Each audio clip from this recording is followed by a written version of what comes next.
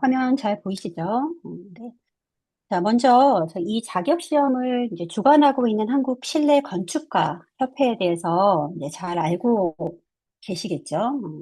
한국 실내 건축가 협회는 국내의 실내 건축 분야를 대표하는 전문가 단체라고 할 수가 있습니다.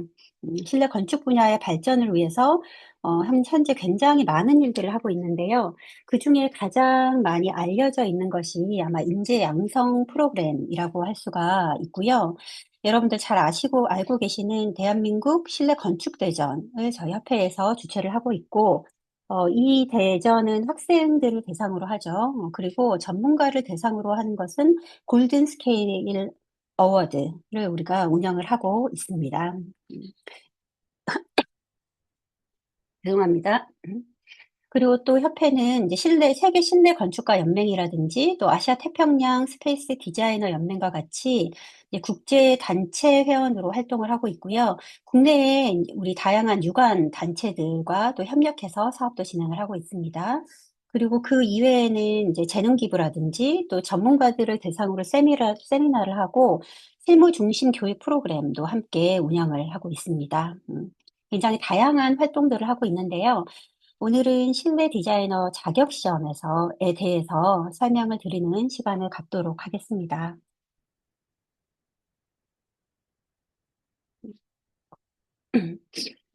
실내 디자이너 자격 시험은 국가 공인 시험입니다. 더 자세히 말씀드리면 국가 공인 민간 자격 시험인 거죠. 민간에서 운영은 하지만 국가가 공인을 해주는 그런 공식 자격증이라고 보실 수 있겠습니다. 그렇기 때문에 이제 저희가 국토부에서 이 시험을 관리를 하고 그 지침에 따라서 저희가 운영을 해야 되는 거고요. 그리고 2년에 한 번씩 이제 국토부에서 이 자격증을 잘 운영 관리하고 있는지 체크 실사를 통해서 이제 재공인을 받아야 되거든요. 그래서 계속 재공인을 받으면서 잘 운영을 하고 있습니다. 그리고 이제 최근에 원래는 그 제공인이 매 2년마다 한 번씩 제공인을 받았어야 했는데요. 작년에는 저희가 이제 3년 공인을 또 받았습니다. 그래서 이 자격 시험의 어떤 저변을 확대하는데 굉장히 좋은 신호라고 생각을 합니다. 국내에서 실내 디자이너, 실내 건축가의 자격을 인정해주는 시험이 또 어떤 게 있을까요? 우리가 이제 시험 준비하면서 아마 유사한 시험으로는 실내 건축 기사를 좀 들 수 있을 것 같아요. 근데 이제 실내건축 기사는 과목은 사실 거의 비슷하지만 좀 더 포커스가 시공이라든지 재료, 구조, 그러니까 좀 더 기술 중심적인 부분의 역량을 체크를 한다라고 하면 실내 디자이너 자격 시험은 디자인과 설계, 그리고 실무가 좀 더 강조된 그런 시험이라고 할 수가 있습니다. 그리고 실내 건축 기사는 대학을 졸업하면 모두 응시할 수 있는 반면에 실내 디자이너 자격 시험은 필기 시험과 실기 시험 응시 조건이 좀 더 까다롭습니다. 실기의 경우에는 실무에서 3년 이상 경력을 가지고 있어야 합니다. 그래서 좀 더 이 분야의 전문성을 인정해주는 그런 시험이라고 할 수가 있겠습니다. 자, 올해 자격 시험 일정을 보면은요. 자, 이 포스터 아마 학생들은 학교에서 좀 많이 보셨을 거예요. 자, 자격 예비 시험이 있고요. 잠시만요.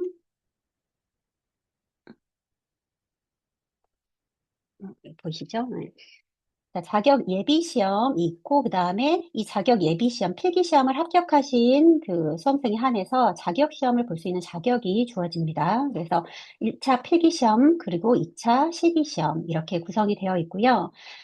올해 년도 시험은, 필기 시험은 조금 저희가 보통 7월 달에 많이 보고 했었는데, 올해는 이제 8월 22일 조금 늦게 시험을 보는 걸로 일정이 잡혔습니다. 학생들 같은 경우에는 7월에 보면은 기말고사 끝나고, 같이 이제 이어서 하기에는 조금 시간이 촉박하다는 그런 얘기들이 좀 있었어가지고요. 이번에는 좀 여유 있게 준비할 수 있는 그런 시간이, 있을 것 같습니다. 그래서 원서 접수는 6월 22일에서부터 8월 14일까지 접수를 하고요. 그다음에 8월 22일 날 토요일 날 시험을 보게 되는데요. 또 올해 좀 달라진 게 있다면 작년까지는 시험을 9시에서부터 시작을 했는데요. 올해는 시험이 아마 1시에 시작이 되는 걸로 변경이 됐습니다. 그래서 여러분도 원서 접수하고 나면 그 이후에 정확한 시간이라든지 이런 것들을 다 아마 공지가 나갈 거예요. 그러면 그 공지를 좀 더 잘 체크를 해주시면 될 것 같습니다. 시험 8월 22일 날 보고 합격 예정자 발표는 9월 8일 날 하게 되고요. 최종적으로 합격자 발표는 9월 15일에 하게 됩니다. 그리고 이제 시험은 10월 24일 날 진행을 하고요. 원서 접수는 8월 24일부터 10월 16일까지 접수를 하게 됩니다. 그리고 합격 예정자는 11월 24일에, 최종 합격자 발표는 이게 약간 지금 오타가 난 것 같은데 아마 12월 1일로 발표가 되는 걸로 알고 있습니다.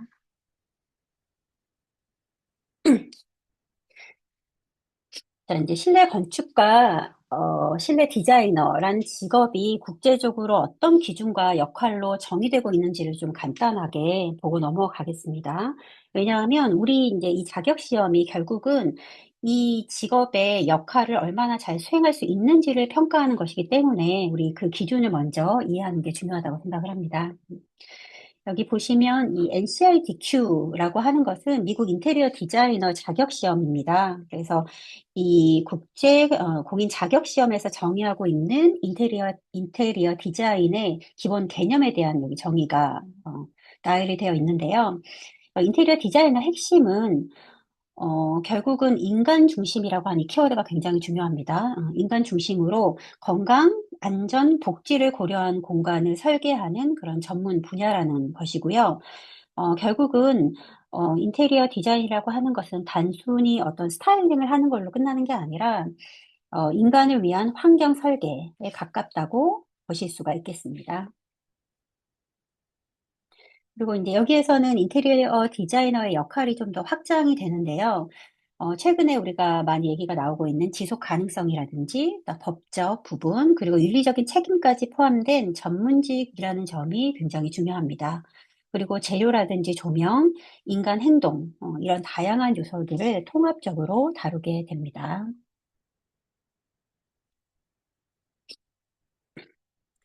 앞에서 말씀드린 인테리어 디자인의 어떤 정의를 좀 더 구체적으로 보면 각 프로세스에 따라서 디자이너에게 요구되어진 역할들이 있습니다. 먼저 디자인 프로세스 초기 단계에서는 프로젝트의 목표를 설정하고 자료를 수집하고 또 개념을 설정하는 것이 좀 필요합니다. 그리고 실제 설계와 실행 단계로 넘어가게 되면 재료 선택이라든지 또 물리적인 환경에 대한 이해, 또 설계 도면과 문서 작성, 그리고 다양한 전문가와의 협업 능력들이 또 필요합니다. 자, 마지막으로 프로젝트 관리 단계에서는 계약 시공 관리, 그리고 완료 이후의 평가까지의 과정이 있는데요. 이는 인테리어 디자이너의 역할이 설계에서 끝나는 것이 아니라 그 결과까지 책임지는 그런 역할이 요구되어지는 것으로 이해를 할 수가 있습니다. 그래서 따라서 저희 실내 디자이너 자격 시험에서도 이러한 실내 건축 전 과정에서 디자이너의 역량을 평가하는 구조로 되어 있습니다. 자, 이제부터는 이제 실내 디자이너 자격 시험 자체에 대해서 설명을 드리도록 하겠습니다. 먼저 이 시험은 한국 실내 건축가협회에서 시행하는 실내 디자인 설계 분야의 전문 자격 시험이고요. 보다 책임감 있고 전문성 있는 디자이너를 객관적으로 검증하기 위해서 만들어진 제도입니다. 자, 그렇다면 이런 자격증이 왜 필요할까요? 지금 현재 저희 국내에서 매년 한 5천 명 이상의 실내 건축 관련 전공자가 각 대학에서 배출이 되고 있습니다. 하지만 이렇게 많은 이런 예비 전문가가 될 수 있는 이런 사람들의 전문성을 객관적으로 인정할 수 있는 기준이 좀 많이 부족한 실정입니다.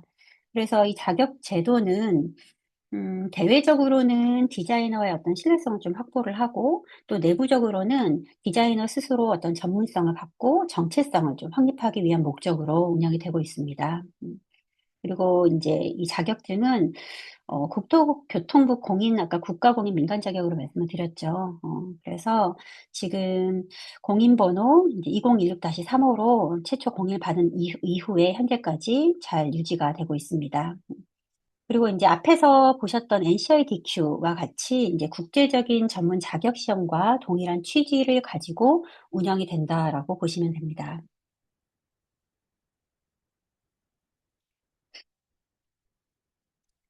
자, 저희 이 자격증은 이제 실내 디자이너라는 명칭으로 처음에 원래 민간 자격으로 2008년에 처음에 생겼고요. 그리고 2016년부터는 국토교통부의 국가 공인을 받아서 이제 현재까지 지속적으로 제공인을 유지하고 있습니다.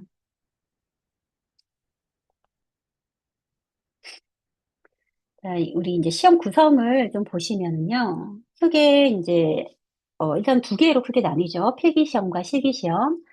그래서 용어가 조금 어렵긴 하는데 실내 디자이너 자격 예비 시험이 필기 시험이 되는 거고요. 그다음에 실내 디자이너 자격 시험이 실기 시험이 되는 거죠. 먼저 예비 시험을 보시면 자, 이론을 중심으로 총 4개의 영역으로 구성이 되어 있습니다. 1교시 저희가 실내 계획을 보고요. 2교시 실내 환경, 그 다음에 3교시 실내 시공, 그 다음에 4교시 실내 구조 및 법규, 이렇게까지 해서 이 필기시험은 전반적으로 기초 지식, 실내 디자이너의 역량에 따른 기초 지식을 평가하는 필기시험으로 이해를 하시면 되고요. 그다음에 실기시험인 실내 디자이너 자격시험은 실내 설계를 중심으로 하는 실기시험이라고 생각을 하시면 되고요. 그래서 공간 분석에서부터 개념 설정, 그리고 평면도, 천장도, 입면도 등 이제 실제 설계 결과물을 도출하는 것까지 전체 프로세스를 같이 해보는 그런 실기시험이라고 보시면 됩니다. 여기 보시면 이제 합격 기준은 예비 시험의 경우는 과목별 50점 이상이 되어야 되고요. 그 평균 60점 이상이어야지 합격이 가능합니다. 그리고 각 과목에서는 50점 미만이 나오면 꽈락으로 불합격이 됩니다. 그래서 저희가 이제 공부를 할 때 조금 그 과목별로 다 좀 균등하게 공부하는 시간을 좀 배분하는 게 필요할 것 같아요. 예를 들어서 계획을 굉장히 막 90점을 받았는데 법규에서 48점을 받는다. 이거보다 시험을 치르는 입장에서는 둘 다 70점을 맞는 게 좀 더 유리하겠죠. 그래서 너무 한 과목에 치우치지 않게 골고루 배분해서 공부하는 게 필요할 것 같고요. 자격시험의 경우에는 영역별로 25점 이상씩 해서 평균 60점 이상이 되어야지만 합격을 하실 수가 있습니다.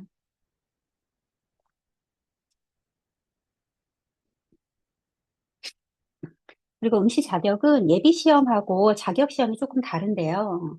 예비 시험의 경우에는 저희가 이제 4년제 대학에서 실내 디자인 분야를 전공한 졸업자 또는 졸업 예정자를 기준으로 삼는다고 보시면 됩니다. 그래서 3년제 대학을 졸업했거나 2년제 대학을 졸업한 경우에는 그 4년에 맞춰서 부족한 기간만큼 실무 경력이 있으면 인정이 되는 구조입니다. 아마 응시 자격은 모두 확인을 하셨을 거라고 생각이 됩니다. 그리고 자격 시험은 좀 더 응시 기준이 까다롭습니다. 왜냐하면 이제 전문가임을 인정해주는 자격증이기 때문에 실제 실무에서의 경력이 필요합니다. 그래서 자격 예비 시험을 합격하고 나서 실내 디자인 분야에서 3년 이상의 경력을 가지고 있으면 시험에 응시를 할 수가 있습니다. 그, 어, 매년 이제 학생들이 예비 시험을 응시해주는 경우들이 좀 많이 있어요. 근데 어, 지금 현재 학생인 분들의 경우에는 예비 시험 자격은 되지만 당장 자격 시험을 응시하기는 좀 어렵겠죠.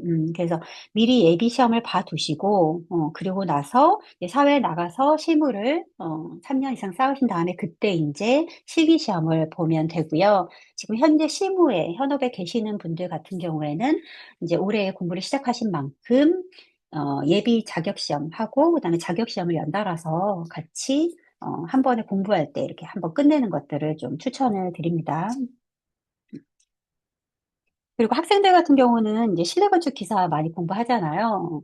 실내건축 기사 그 과목하고 저희 시험 과목이 많이 이제 유사하죠. 물론 이제 평가하는 포인트는 살짝 다르기는 해요. 앞에 말씀드렸던 것처럼 실내건축 기사는 좀 더 기술적인 부분이 포커스다 보니까 공부하는 게 약간 저희랑 좀 다를 수가 있긴 하는데 어쨌든 기사를 공부하다 보면은 우리가 이론적으로 갖춰야 할 전문적인, 그러니까 기초적인 지식들을 함께 공부를 할 수 있기 때문에 실내건축 기사 공부할 때 같이 이어서 저희 예비 자격 시험을, 자격 예비 시험을 보는 것을 추천을 드립니다.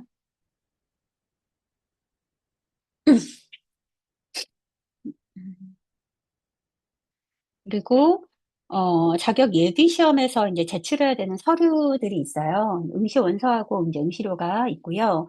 졸업 증명서 필요하고요. 왜냐하면 저희가 응시 자격 기준이 있기 때문에 이 기준을 확인을 해야 되거든요. 그래서 졸업 증명서 필요하고요. 그다음에 이제 필요한 경우 또 별도로 경력 증명서라든지 성적 증명서를 이제 저희가 요청을 드릴 수도 있습니다. 성적 증명서 같은 경우는 저희가 전공 학과 실내 디자인 전공이 아닐 경우에 들은 수업 중에 혹시라도 인정이 되는 이수 과목이 있을 수도 있기 때문에 그런 것들을 확인하기 위해서 필요합니다. 제가 학점은 보진 않습니다. 그래서 올해 시험은 말씀드린 대로 6월 22일 날에 원서 접수를 하고요. 8월 22일 토요일에 시험을 봅니다. 시험 시간은 1시로 되어 있고요. 아마 끝나는 시간이 4시 10분으로 알고 있습니다. 그래서 시험은 총 저희가 4과목이라고 했잖아요. 그래서 각 과목당 40분씩 시험을 보고 그다음에 10분 휴식을 취하고 이제 이런 식으로 진행이 됩니다. 그리고 지금 저희 포스터 공고 나간 거에는 시험 장소가 지금 각 서울이랑 뭐 경기도 지역, 그다음에 이제 각각의 지방의 여러 군데 해서 지금 올라와져 있는데요. 저희가 일단은 원서 접수를 다 받은 다음에 정확한 시험 장소나 이런 것들은 좀 조율을 할 예정입니다. 그래서 원서 접수가 끝난 다음에 혹시 변동사항이 있으면 개별적으로 연락을 드리든지 아니면 전체 공지를 좀 드리도록 하겠습니다. 자, 예비시험, 자격 예비시험의 검정 과목하고 주요 평가 내용을 좀 살펴보시면요. 실내 계획에서는 실내 디자인 이론, 그 다음에 공간별 계획, 유니버셜 디자인, 디자인 경영 이렇게 4개 파트로 이루어져 있고요. 그 다음에 2교시 실내 환경에서는 인간공학, 환경 심리 행태, 실내 설비, 조명, 친환경 디자인으로 이제 구성이 되어 있고요. 실내 시공은 공정별 시공 및 관리, 그리고 적산, 재료 디테일, 시방서, 요 범위 안에서 출제가 되고 있습니다. 실내 구조 및 법규, 마지막 4교시인데요. 실내 구조, 그 다음에 실내 건축 관련 법규, 그 다음에 소방 및 피난 관련 법규, 장애인, 노약자 시설 관련 법규, 이렇게 구성이 되어 있습니다. 각 과목별로 저희가 이제 40문항씩 출제가 되고요. 항목별로 출제 문항 구성을 한번 살펴보시면 저희 시험의 특징을 좀 확인할 수가 있습니다. 보시면 공간 계획, 그다음에 유니버셜 디자인 친환경, 그리고 어, 여기 뒤에 보시면 뭐 장애인 관련 뭐 이런 법규들이 있죠. 그래서 보시면 사용자 중심 설계 요소들이 좀 다른 시험에 비해서 좀 더 비교적으로 높은 비중을 좀 차지하고 있습니다. 그래서 이 이야기는 뭐냐 하면 저희 시험이 추구하는 어떤 방향성이 단순히 기술이나 어떤 시공 지식을 묻는 그런 중심이 아니라 공간을 어떻게 계획을 하고 또 사용자에게 어떤 환경을 제공할 것인가에 대한 어떤 디자인 역량을 중심으로 평가하는 시험이라고 보시면 되겠습니다. 그래서 이 부분이 실내건축 기사와 같은 어떤 기술 중심 자격과는 좀 큰 차이라고 할 수가 있습니다. 여기 보시면 유니버셜 디자인도 전체 실내 계획 파트에 비해서 굉장히 문항수가 좀 많은 거를 확인하실 수가 있고요. 환경심리 행태, 친환경 디자인, 그리고 보시면 소방이라든지 장애인, 노약자 관련 법규들, 그러니까 이런 것들이 좀 더 차별화될 수 있는 시험의 포인트라고 보시면 되겠습니다. 그래서 각 40문제 중에 문항수들은 지금 저희가 기준을 삼고 있는 것은 이렇게 문항수가 적용이 되어 있는데요. 정확하게 이거를 맞추지는 않고요. 그때그때 이제 여기에서 한두 문제 정도는 각 그 연도에 따라서 조금씩 어느 파트가 좀 더 많고 또 어느 파트가 좀 줄어들 수 있고 이렇게 유연하게 적용을 하고 있습니다. 자, 이제 지금부터는 실제 저희 기출 문제들을 한번 좀 보려고 해요. 그래서 자격 예비 시험의 출제 스타일이 어떤지 좀 간단히 살펴보도록 하겠습니다. 자, 이 문제는 실내 계획 문제입니다. 문항들 중에, 일단 문제를 좀 보시면요. 자, 선이 갖는 조형 심리적 효과에 대해 바르게 설명하고 있는 것은 1번, 수직선은 구조적인 높이감과 존엄성, 그 다음에 엄숙함을 느끼게 한다. 자, 요거 1번은 여기 정답으로 나와 있죠. 네. 맞는 내용이고요. 그다음에 2번은 수평선은 확대, 무한, 평온함, 확장감이 있는 동시에 감정을 동요시키는 특성이 있다. 자, 앞부분은 맞았지만 뒷부분에 감정을 동요시키는 특성이 있지는 않죠. 수평선은. 그리고 3번, 사선은 생동감이 넘치는 에너지를 느끼게 하며 동시에 안정감과 편안함을 준다. 이것도 마찬가지예요. 문장 앞부분은 사선의 특징이지만 뒷부분은 맞지 않죠. 그다음에 4번, 곡선은 경쾌하며 남성적인 느낌이 들게 한다. 자, 이것도 마찬가지예요. 근데 여기에서 말씀드리고 싶은 건 뭐냐 하면, 문항이 사실 이 실내 계획은 그렇게 어렵지는 않아요. 여러분들이 기존에 학교에서 배웠던 그런 지식들, 그리고 그냥 여러분이 살면서 배웠던 배경 지식들을 가지고 풀 수 있는 문제들도 상당히 많거든요. 그런데 이제 이런 것들에서 조금 주의를 해야 될 거는 문항들의 문장 앞부분만 보고 급하게 풀면 안 된다는 거예요. 그래서 보면은 보통 전체를 틀린 문장으로 넣는 경우도 있긴 하지만 이 안에서 틀린 내용과 맞는 내용을 좀 섞어가지고 나오는 그런 그 유형들이 좀 있어요. 그래서 문제 자체는 평이하지만 그래도 문장 앞부분만 보고 급하게 풀면 안 된다라는 말씀을 좀 드리고 싶어요.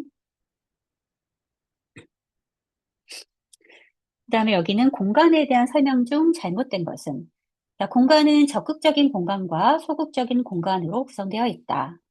좁은 공간은 시간의 개념을 수반하지 않는다. 3번. 공간은 사용자가 보는 위치에 따라 시각적으로 수없이 변화한다. 4번. 실내 공간은 부피로서의 최적 개념을 갖는 넓이로 이해되고 취급되어야 한다. 자, 문항들이 뭐 적극적인 공간, 소극적인 공간 아마 이론 수업할 때 들어보셨을 거긴 하지만 크게 어렵지는 않지만 약간 헷갈리거나 애매한 것들이 조금 보일 수가 있어요. 그럴 때는 조금 자신감을 갖고 우선 확실하게 아닌 것들을 조금 체크를 해보는 게 좋을 것 같아요. 2번 보시면 좁은 공간은 시간의 개념을 수반하지 않는다. 사실 우리 공간이라고 하는 것은 좁든지 넓든지 그 크고 작고에 관계없이 항상 시간의 개념이라는 거를 포함을 하고 있죠. 그래서 어, 헷갈릴 때는 아무튼 이 확실하게 아닌 것들을 좀 자신감을 갖고 체크를 하시면 된다. 이렇게 보실 수가 있고요. 그다음에 이제 최근의 실내 건축가 디자인 경향이라고 할 수 없는 것은 다음 중 어느 것인가? 인간 중심 디자인, 2번 자연을 모티브로 한 디자인, 3번 환경을 고려한 디자인, 4번 신축 중심의 디자인. 자, 답은 4번이겠죠. 최근에 지구 환경을 보존한다라든지 또 에너지 절감, 그다음에 자원 절감, 이런 것들을 위해서 무조건 개발하는 게 아니라 기존의 건물이라든지 재료 이런 것들을 다시 재활용하는 것들은 지향하고 있죠. 그래서 이런 것들도 사실은 전문적인 지식을 묻는 문제라기보다는 전반적인 좀 평이한 전반적인 이론 그리고 배경 지식이 있으면 충분히 풀 수 있는 문제겠죠. 그 필기 시험 과목 4개를 좀 보면 실내 계획은 많이 평이한 편이라고 생각을 해요. 그리고 실제로 실내 계획에서는 수험생들이 굉장히 문제를 빨리 풀어요. 그리고 시간이 조금 여유가 있고요. 남는 시간들이 좀 많고, 근데 이제 뒤에 시공이라든지 실내 구조 법규 쪽은 조금 더, 특히 법규 쪽은 약간 좀 난이도가 있다라고 보시면 될 것 같고요.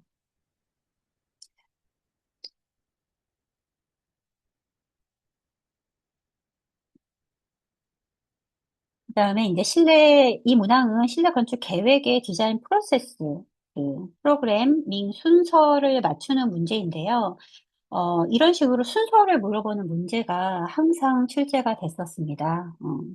이 문제를 일단 보시면 디자인 프로그램에 있어서는 일단 저희가 목표를 설정을 하고 그 목표에 맞게 관련 자료를 수집하고 분석한 다음에 클라이언트나 또는 이제 사용자의 명확한 요구사항을 정리하고 검토 또 정리한 다음에 결과를 제공하는 이런 순서로 진행이 되죠. 그래서 보시면 계획도 그렇고요. 특히 이제 뒷부분 시공 부분을 할 때 저희가 이제 공정비어 프로세스 이런 것들 있잖아요. 그럴 때는 어떤 순서의 나열들이 굉장히 많이 나오는데 그런 것도 좀 눈여겨서 잘 보시고 준비를 하시면 좋을 것 같습니다.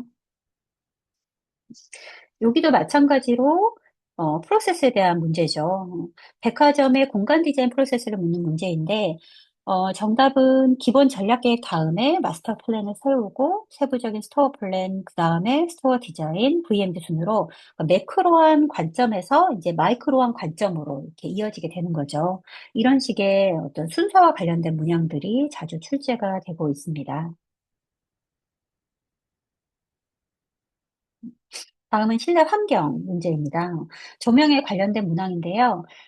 작업 조명 시 이제 작업 부위하고 그 인접된 주변 공간 사이의 조도 대비로서 권장되는 대비는 이걸 묻는 문항이고요. 정답은 이제 3대 1입니다. 3대 1 정도가 돼야지 그 대비가 눈의 피로를 적게 하면서도 집중도를 높일 수 있는 밝기의 차이로 볼 수가 있습니다. 실내 환경 과목 같은 경우는 설비나 조명 이런 파트에서 수치가 나오는 문제들이 다소 있습니다. 그리고 이제 실내 시공 문제입니다. 현업에서 계시는 분들은 좀 괜찮겠지만, 이제 학생들의 경우에는 시공 문제를 조금 어려워 합니다. 하지만 시공 과목 난이도가 아주 높지는 않습니다. 그래서 일단 문제를 보시면 실내 공간에서 내력벽에 관한 설명으로 올바른 것은 1번 상부의 하중과 벽 자체의 하중을 받는 벽이다. 맞는 예문이고요. 2번 실내 공간 구성이나 동선 계획과는 무관하다. 내력벽 으로 인해서 동선을 계획하는데 방해를 받거나 틀어지는 경우가 굉장히 많죠. 그리고 세 번째, 벽 자체의 하중만을 받는 벽이다. 이건 비내력벽에 대한 설명이고요.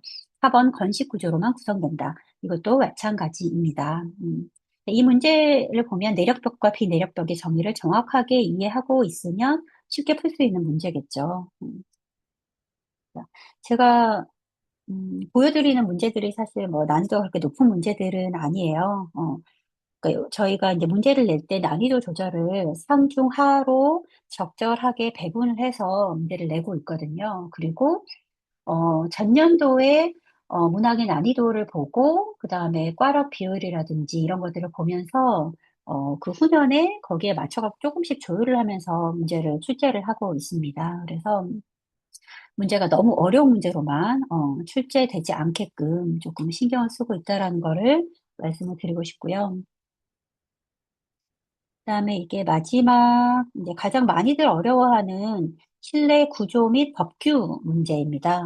특히 법규 문제는 외워야 할 수치들이 너무 많죠. 그래서 법규를 공부하실 때는 우리가 이론 공부하는 것처럼 앞에서부터 모든 거를 다 받아들이고 외우려고 하지 마시고요. 사실 이제 물론 이제 그런 지식들을 가지면 너무 좋죠. 하지만 저희가 1차적인 목표는 이 시험이라고 하는 거기 때문에 시험에 맞게 공부를 하는 것도 효율성 측면에서 굉장히 중요하죠. 그래서 다 외우려고 하지 말고 특히 법규 같은 경우는 기출문제 위주로 먼저 공부를 하시면 좋아요. 그래서 틀린 문항에서 이 부분이 왜 틀렸는지를 갖다가 그러니까 앞부분에, 그 이론 파트 부분을 보면서 틀린 문항을 체크하고, 그러니까 오답노트 하듯이 그렇게 공부를 하시면 좀 많이, 도움이 되실 것 같아요.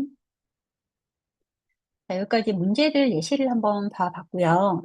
이제 시험 준비를 위한 팁들을 조금 정리를 드리면, 시험을 봤던 수험생들이 직접 해준 이야기들, 그 다음에 저희가 이제 출제위원들끼리 문제를 출제하면서 나눴던 얘기들을 조금 다 정리를 한 건데요. 무조건 암기식으로 공부를 하실 필요는 없어요.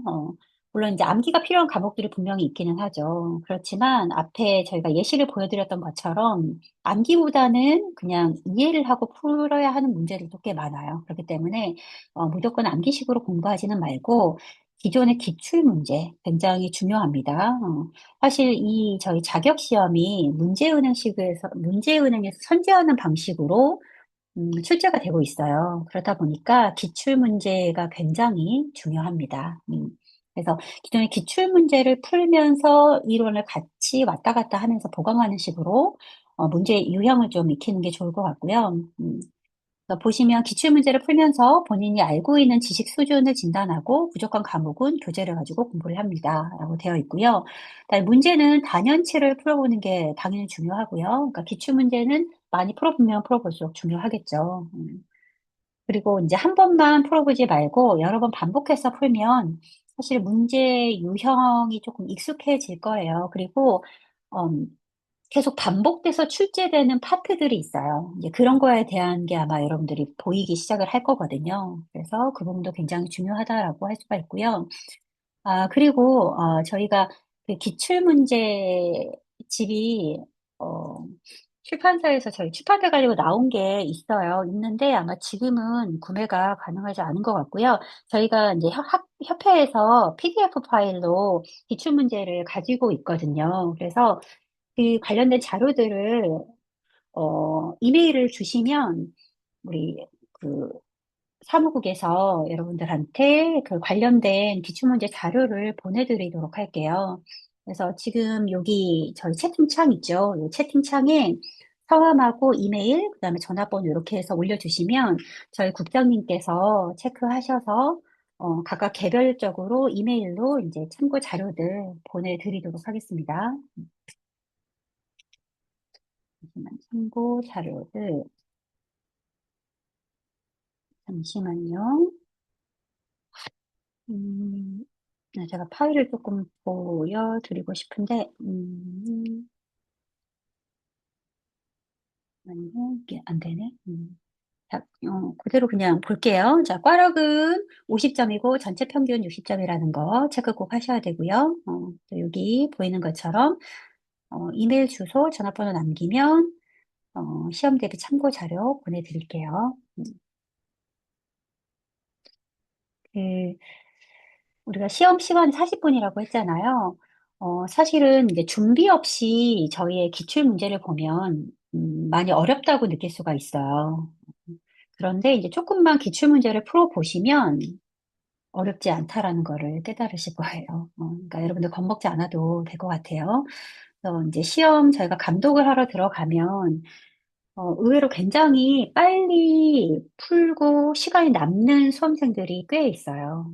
그렇다는 거는 시험 자체가, 그러니까 물론 이제 준비를 해야지 되는 건데요.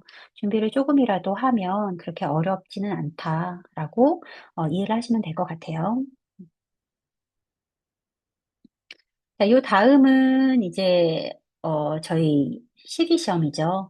실내 디자이너 자격 예비시험 이후에 이제 합격을 한 사람들이 볼 수 있는 실내 디자이너 자격시험이고요.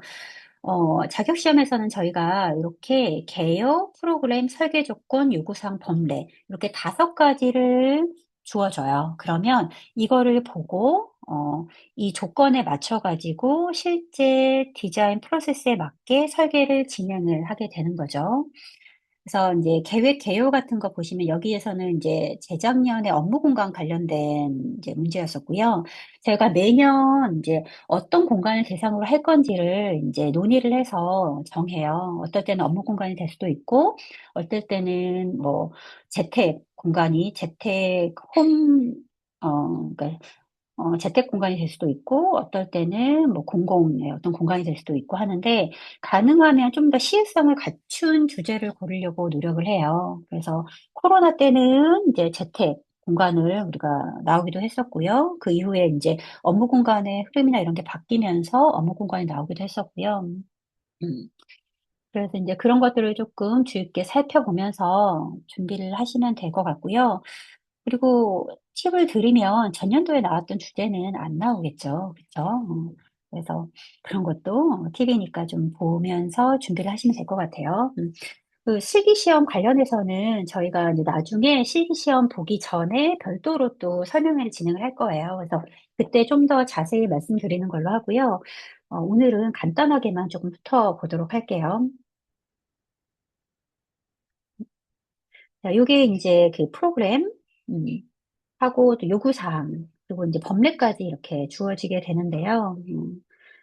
자, 여기서 나와 있는 디자인의 방향과 목적, 그리고 그다음에 각각의 어떤 물리적인 면적이라든지 개수, 이런 것들을 체크를 하셔가지고 계획을 하시면 되는데, 제가 좀 더 설계에 있어서 유연성을 드리려고 노력을 하고 있어요. 그래서 너무 제한된 조건들을 많이 드리는 것보다, 그래서 원래 처음에 취지는 주어진 조건 안에서 문제 해결력을 얼마나 발휘할 수 있는지를 보는 게 포커스였는데, 요즘에는 사실 그런 어떤 제약들보다 좀 더 창의성을 발휘할 수 있게, 좀 더 유연하게 설계를 할 수 있게 이런 조건들을 좀 더 러프하게 드리려고 생각을 하고 있습니다.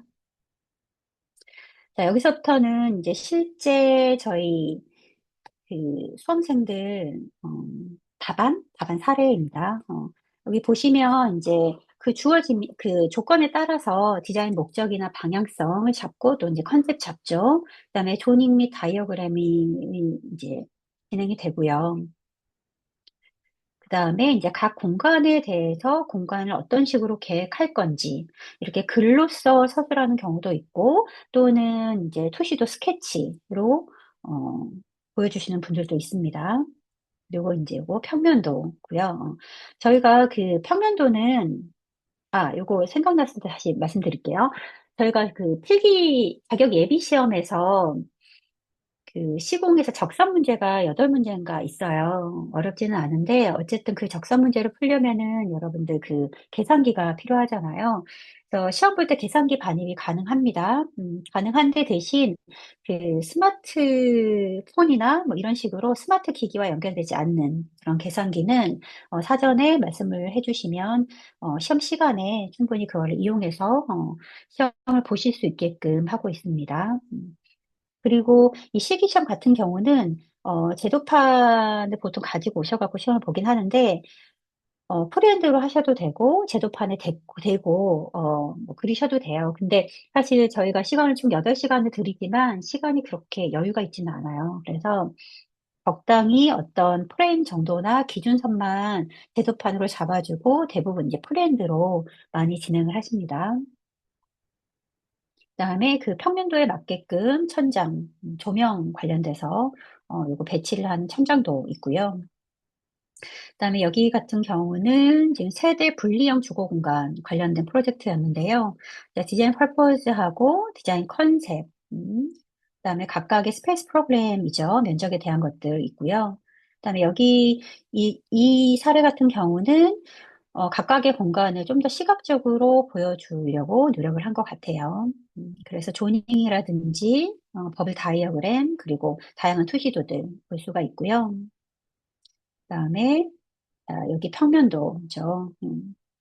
자, 우리가 이 그 평면도나 이 도면을 제가 체크할 때 물론 딱 봐도 너무 잘 정리가 되어 있고 그다음에 봤을 때 전달하려고 하는 게좀 명확하고 클리어하게 보이는 도면이 좋은 도면이 맞긴 해요. 근데 시험을 치르는 입장에서 보면은 예쁘게 잘 하는 것보다 그러니까 정성적인 어떤 그런 것보다 꼭 들어가야 될 표기들이 들어갔느냐, 안 들어갔느냐가 훨씬 더 중요해요. 그래서 예를 들면은 치수가 있느냐, 없느냐. 그다음에 여기에 마감재 표시가 있느냐, 없느냐, 룸명이 있느냐, 없느냐. 그러니까 이런 것들 꼭 있어야 될 것들에 대해서 이게 했는지 안 했는지가 훨씬 더 중요하거든요. 그래서 그런 것들 감안해서 준비를 하시면 좋을 것 같고, 요거는 이제 선정도에 대한 거죠.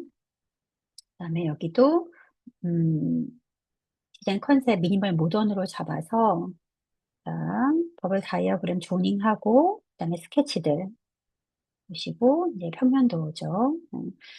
그 평면도를 표기하는 방식은 자율적으로 하시면 돼요. 뭐 룸에 대한 것들을 이렇게 표현할 수도 있고, 안에 넣을 수도 있고, 안에 넣고 박스를 칠 수도 있고, 뭐 이런 것들은 자율적으로 하시면 되고, 범례에 대한 것들 보시면, 이 범례도 저희가 주어주는 게 있기는 하지만, 별도의 범례가 쓰시던 게 있으면 그걸로 하셔도 상관없습니다.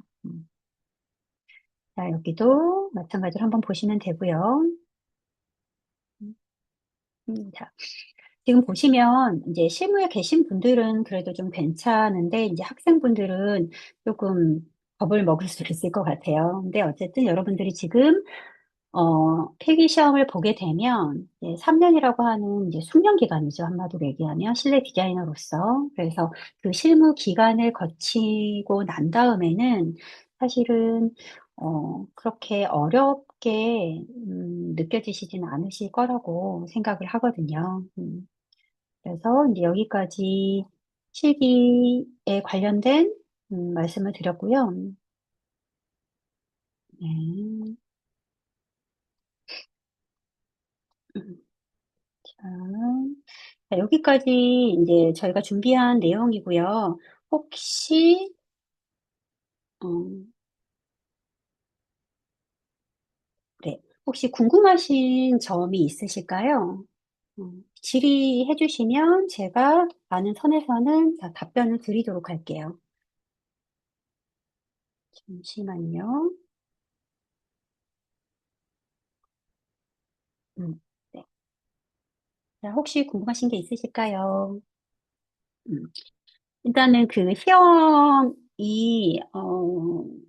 시험에 대해서 좀 겁을 먹지는 않았으면 좋겠어요. 왜냐하면 사실 우리는 이제 실내 디자인 분야에서 저변을 확대하기 위해서 같이 노력해야 되는 사람들이잖아요. 그렇기 때문에 가능하면 많은 분들이 시험을 응시를 하고 또 자격증을 취득을 해야지, 그래야지 자격증을 가지고 있는 사람들이 많아져야지 또 우리의 목소리를 또 크게 낼 수가 있는 거기 때문에 그 허들이 아주 높지는 않아요.